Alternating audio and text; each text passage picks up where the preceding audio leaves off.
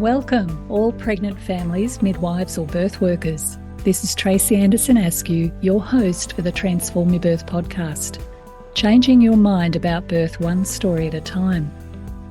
Each week we will be exploring a birth story through the lens of what birth can teach us. I'll be digging deep into each story so you can learn what it is that can change the way a birth unfolds. We can't control birth, but we can influence it. So listen in to find out how. Enjoy.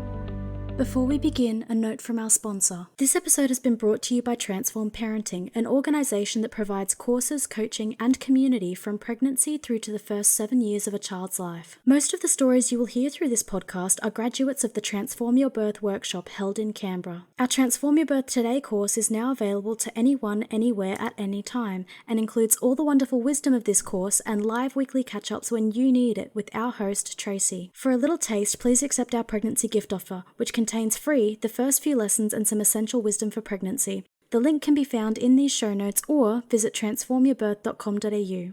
And now for the episode. Hello everybody, welcome to the Transform Your Birth podcast. This week we're going to do something a little bit different. I'm going to be talking to you about what babies need when they arrive. Now you can talk to a lot of new mums and they'll share what it was like for them, but it is very difficult to know what it's going to be like for you. Every labour is different, every birth is different, every baby is different, and you're different. There's this unique dance that happens between the circumstances you find yourself in, your particular newborn, and of course its parents. So nobody can really prepare you. But in this podcast, I'm going to do my best to help you to understand what babies need.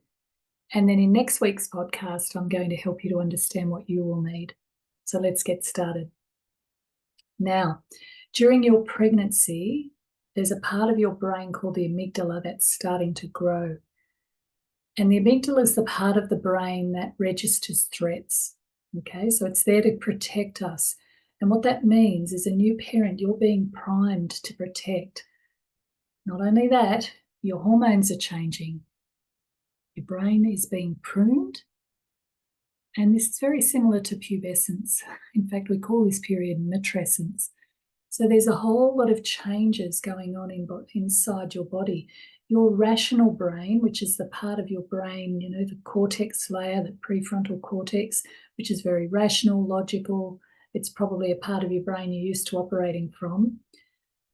Meanwhile, your emotional brain is upgrading, the limbic brain. And what that means is that your intellect is in some ways being pushed to the side while your emotional brain gets an upgrade, because you're getting ready to be able to read your baby. So your baby needs you to feel what they need rather than to think what they need, which I think is one of the biggest challenges we have in modern parenting. So when your baby lands, you're going to find that your need to be with the baby is very strong. Now, this might be instant or it might be a slow burn, but it is a biological necessity for all parents to fall in love with their baby.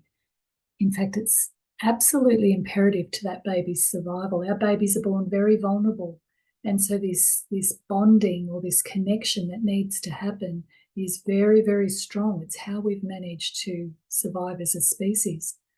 Have you ever looked at somebody's newborn baby and gone, oh, that's a funny looking little thing, and they hand it over and you're holding the baby and you're thinking, oh, this is all right, can I hand it back now? And you're not feeling much. When people say it's different with your own, it truly is different with your own. Now, when babies land, there's a big activation happening. Picture them in utero. Sound is muted, visuals are muted, the feelings and sensations on their skin is very limited. They're in this watery environment. And of course, when they hit that air, they take their first breath. They take that breath, their eyes open, their hearing's being activated. And of course, they're being touched for the first time, direct touch. So this activation is happening through their senses.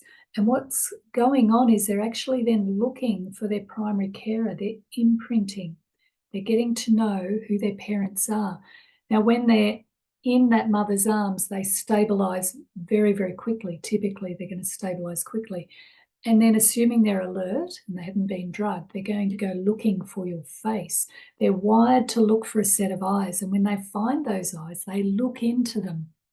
And this is absolutely an exquisite moment where you look into your baby's face for the first time. When you talk, they hear you and they'll recognize your voice. They've been hearing your voice for months, but all of a sudden it's become more louder, sharper, but they do recognize it. When I had my second baby, when he was put in my arms, my husband spoke straight away and he went from looking at me to looking at my husband.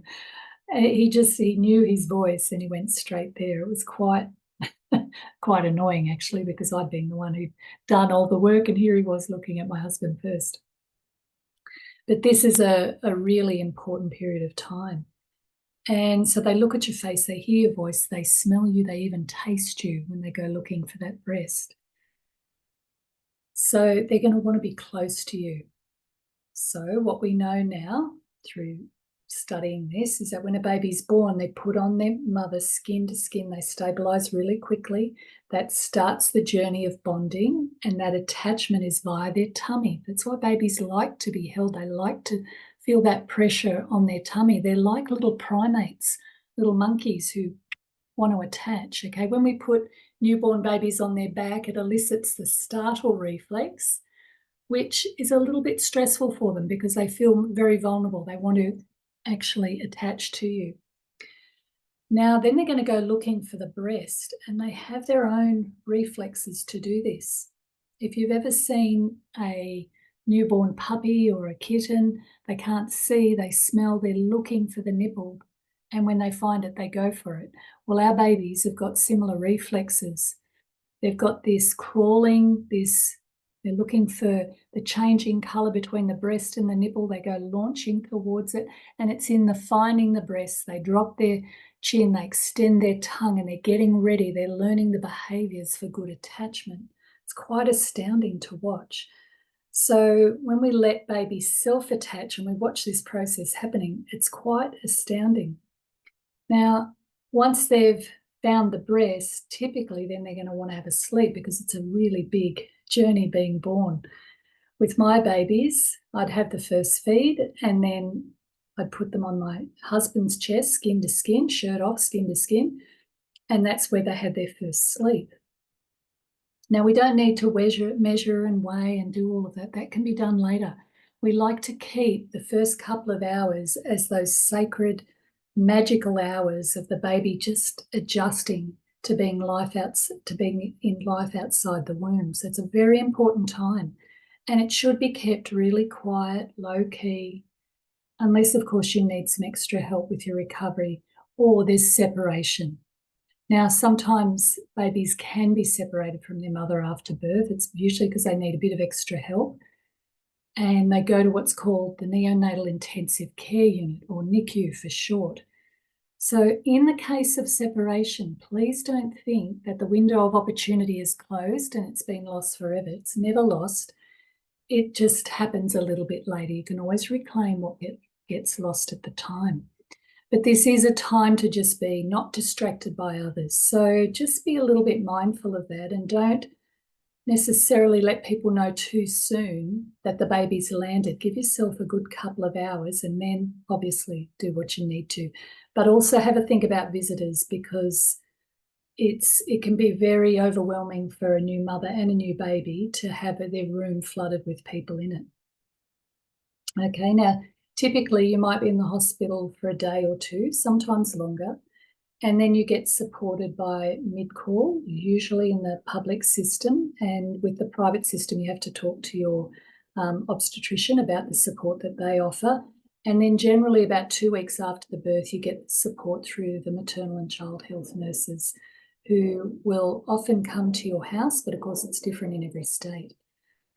Now, the next biggest journey, once that baby's landed, is getting the establishment of feeding. It's the next most important step. And your baby needs to learn good attachment. And we need to learn good attachment for a couple of reasons. One, to minimise the pain for the mother, and get the breast milk flowing. And the second is to establish that signalling of supply-demand for the baby. Now, babies' tummies are very small. They're the size of a large marble, and they metabolize the milk fairly quickly, so feeding is quite constant. Now, what this means is that the people around you can potentially help with settling, changing nappies, holding the baby. Otherwise, if it's all on you, the birthing mum can feel very tired and cranky because the feeding regime is just so intense. It's a very, very intense time. Now, establishing good feeding takes focus. So not being distracted by people coming into your space can be really, really important. And when you're feeding, you'll probably need to have your breasts out, so you'll want to be exposed. And you may not want your breasts being greeted by to you being seen by your father-in-law as they walk in the door, okay? So people around that birthing mum need to be the gatekeepers. Now, attachment needs that focus, and therefore being relaxed and being not worried about people around you is going to be an important thing. Now, if you are struggling with breastfeeding, one of the most important people you can access are what's called lactation consultants. Different midwives have different levels of training, experience, ideas around breastfeeding. The biggest feedback I get is conflicting advice around breastfeeding. So I always say, if you're struggling with breastfeeding through the support of the midwives you've had around you, then look for a lactation consultant. You'll find that the independent ones are often very good because they'll even come to your house, and some of them are even Medicare rebated, so you can get some of it back on Medicare. But that's a good little tip there. And they've been extensively trained to really troubleshoot problems.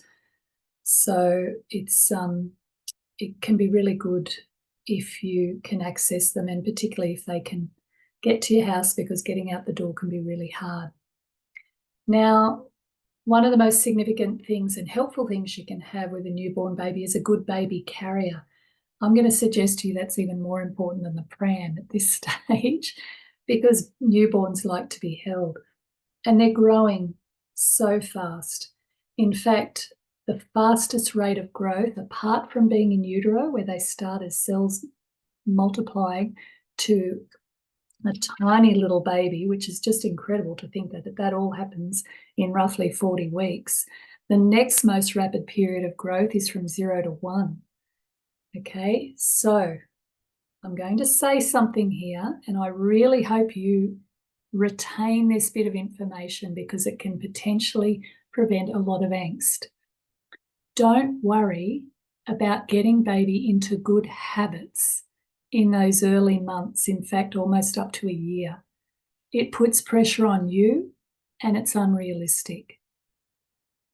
And the reason that's unrealistic is because your baby's changing all the time. So what worked last week may not work this week, and what works this week may not work next week. You're always having to change, adjust, and manage the expectations you have of the baby and the baby's response to life. The most important thing you can do is learn your baby's cues and respond to them, because you're responding to their communication. Babies communicate 24/7. Your job is to learn their language, and they're speaking to you all the time. Now, how do you do that? You sit there, lie there, and stare at them. Now, you probably think that's a big time-wasting thing, but it actually isn't. It's one of the most significant things you can do, and I'll tell you why. Because whilst consciously you might be lying there and looking at how beautiful your baby is and noticing the size of their fingernails or the little hairs on their earlobes or the shape of their eyebrows, your subconscious is picking up far more than that. And you're in this beautiful state, an altered state, where your cortex is still not online, which means you're more in your primal brain, which means you're absorbing information about that baby. So don't ever think staring at your baby and getting lost in the timelessness of this is a waste of time. It isn't. In fact, there's a real intelligence to that connection between you and that baby. So having the space, not being too distracted, all of that is really important. So in the first month, 6 months, you're not going to get a routine. At best, you'll get a rhythm. And the rhythm looks something like sleep, wake, maybe a little bit of play, maybe a feed, a little bit more settling, changing nappy, sleep. And how that works with the clock is anybody's guess. If you can link into circadian rhythms, that's going to be really important to do. But at the end of the day, you cannot make a baby sleep and you cannot keep them asleep. They'll sleep when they sleep and they'll wake when they wake. Your job is to just get on board with who they are and how they're responding, and also helping them if they're waking up because they're uncomfortable or they're sleepy or they're hungry, whatever it is that they need. And sometimes new babies just need to cry. And that can be hard because we're wired to respond to those cries. In fact, it's very grating to our brain. It's triggering that amygdala. We want to protect. But part of the development of your confidence is going to come when you can hold space for the discomfort of your baby or the baby's need to cry. Remember, that is their primary language. Okay, it's not a bad thing to cry. And there's different cries for different reasons. And over time, you're going to learn those sounds and the difference between the cries. But you won't do that if you're overly distracted, and you won't do that if you're Googling. Okay? I've watched new parents do this for 22 years. And I find now, more recently, probably in the last 8 years, that it seems to take parents a lot longer to get confident with their babies. And my theory is that it's because they're used to looking outside themselves for answers on things like Google or advice or Instagram or wherever they're getting their advice. And they're not actually just being and trying different things from what they sense the baby needs. And in my experience, it delays their own development as the parents who are able to sense, feel, pick up on what their baby's communicating and what they might need at that time. So that's just a nice little hint there. It's something I've observed over these many years, and it's going to be challenging for you because we're wired to do that now. You know, got a problem, you Google it. But do your best to just start to trust yourself and get a sense. Doesn't mean you can't Google, but minimize it as much as you can, because as any new parent will tell you, it can be a double-edged sword. It can take you down rabbit holes that only cause you to be more anxious, more worried, and what if it's this, what if it's that? Trust yourself to know if there's something truly wrong with your baby. You will know. It's a very strong survival instinct wired in all of us. Okay? So let's just wind this up a little bit, just some ideas for you to hold on to. When you have the baby, remember they're imprinting, they're learning who you are.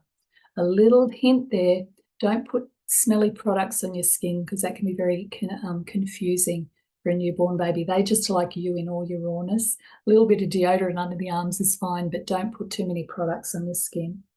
Protect your space. Get help from your partner to do the other things with the baby, but also other people around you. We'll talk more about this next week, like people to feed you, walk your dog, do your washing. Hold your babies close and spend some time staring. Keep things really low key and let your baby adjust gently to the world. It'll keep their stress levels down, which will help them to thrive as they adjust to feeding, digesting, sleeping, seeing, hearing. It's a lot for a new baby. And one other thing I'll finish this podcast off with, which is joining a mother's group. We're not meant to do this alone. And you're going to find yourself really nourished by parents going through the same thing at the same time. Now, in most local areas, your maternal and child health nurses have those mothers groups, and that's a wonderful thing because you can meet mothers that are local. However, they're not always set up with safety in mind, And it can feel for some new mothers who are very vulnerable and still learning, everybody is, even if some are looking like they're coping more than others, it can feel a little bit like women are competing and comparing. You just be aware of that. You can watch it happen. It happens. It's done mostly with the best of intentions, because most new mums are still feeling very insecure and unconfident because it's just so new and it's a lot to learn. At Transform Parenting, we also have new parents groups, and we do a lot to create that safety. We strip it back to recognising every baby's different. There's no one way. And we create the safety between the mothers to have some good quality conversations around different things that are part of the pathway of being new parents that will help you to not just survive parenting, but thrive. That's why we call it Thriving as a New Parents. So if you're interested in that, have a look on our website. You can sign up now before the baby lands, because you might forget. We've got them locally here in Canberra, but we've also got Thriving as a New Parent online, and they are gold. I often say it's my finest work, because the impact that has on those new parents travels on long past those 10 weeks that we work together, because you end up creating lifelong friendships. So I hope that's been a useful podcast for you. We're always here to help new parents make this transition and support them from pregnancy all the way to the first 7 years. So we're here if you need us, and I hope you've enjoyed this podcast. Please support us by rating and reviewing. And we'll see you next week to look at what you're going to need with a new baby. Thanks for listening. We hope you enjoyed this episode. Please subscribe and share this podcast. This episode has been brought to you by Transform Parenting, an organisation that provides courses, coaching and community from pregnancy through to the first 7 years of a child's life. It is a place where you can learn, get support and grow into your role as a parent. Why not take advantage of a special gift for all pregnant women at transformyourbirth.com.au. Or if you have children, we have a gift for parents also.